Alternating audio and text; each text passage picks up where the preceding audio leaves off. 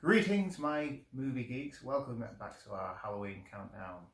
31 Days of Horror. I'm Nate, the Ultimate Movie Geek, and I'm joined once again by Mrs. Movie Geek, Marina.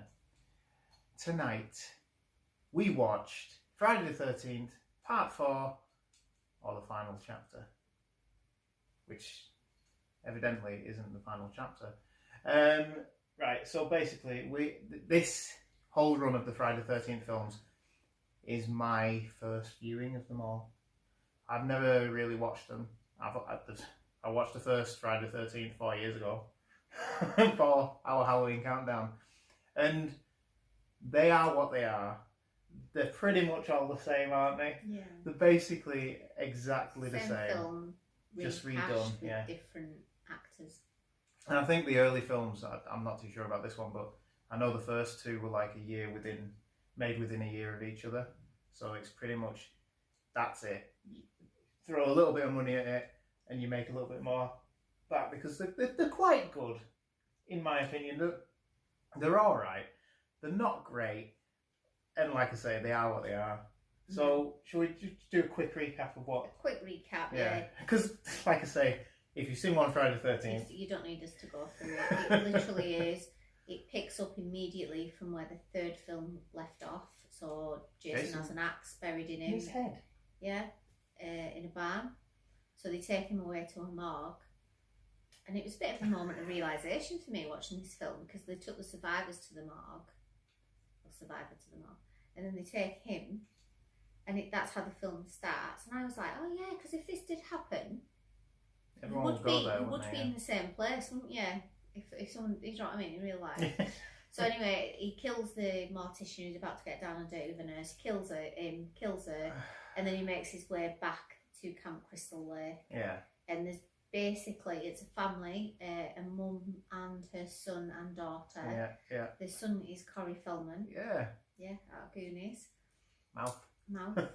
And they live alone in the woods, but there's a house across the way that's rented out, like a summer house. And the mum's like, oh, there's 6 kids going there tonight. So you know they're all going to die, don't you? And that's basically the film. It's just them.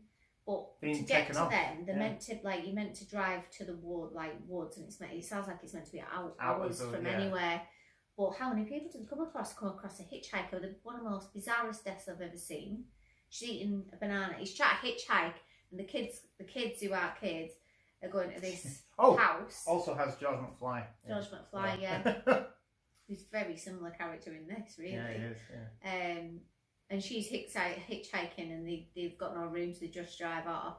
And she sort of shows a board to them, and she sits down, starts eating a banana, and then stabs through the throat. And then they make a point of the banana. Squishing the banana, and the banana bit falling out of her mouth. It was really weird.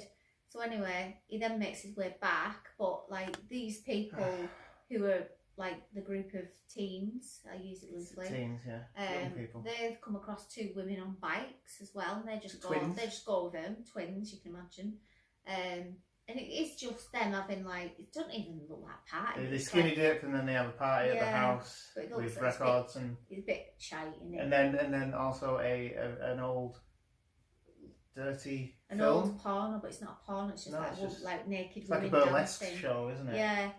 It's just weird, and they all get picked off one by one. You don't expect the family to, but the mother gets murdered. You don't see it. No, she just disappears. And then he goes for the kid, which you wouldn't have thought he'd do. In the mix of it, there's another guy who is turns up. Him. And he has a great little introduction, because he's the kid and the sister are fixing the car at the side of the road, and then he appears, and it's pretty much the entrance for Jason, but it's not. It's this guy, and he helps them out, and then they give him a lift, and he's like, "Do you want a lift anywhere?" But they just take him home. They take him to where they live in the middle of the forest. The first thing that he does is Corey Feldman takes him upstairs to his bedroom Yeah. to show him these amazing masks. His mum's like, oh, hi, and like the girl's like, oh, this is so-and-so, he helped us with the car. Straight And upstairs. we just go straight upstairs to the bed, just him and the little kid. And it's like, as if you'd let that happen. Different time back then, well, clearly. it wasn't. Just a very strange film. But all the same stuff. People in the shower, the virgin having sex for the first time. yeah. The ones who are a bit more. Yeah, and it does take the tropes that are used in like Scream, and it's like I'll be as right soon back. as I'll be right back is there. As soon as they have sex, that's you gone. And but the backstory for the new guy is that he's there His sister. hunting Yeah. Jason, and he's Yes. got like machete and everything. Yeah, it's true. I think he killed his sister and Yeah. he went out in the first and second films. Yeah. But it's all right. I mean, I have to say they all went to the same school of acting. Yes. Particularly the women in the film, the younger women. And I was sat watching thinking, God, it's annoying me what she's out of. She's out of Weird Science. The one who dies first. Yeah, I couldn't tell you the actress's name because I don't think she's probably been in that much. But yeah, Very attractive lass, but out of Weird. I was sat here going, God, and it just popped me. I was like, Weird Science.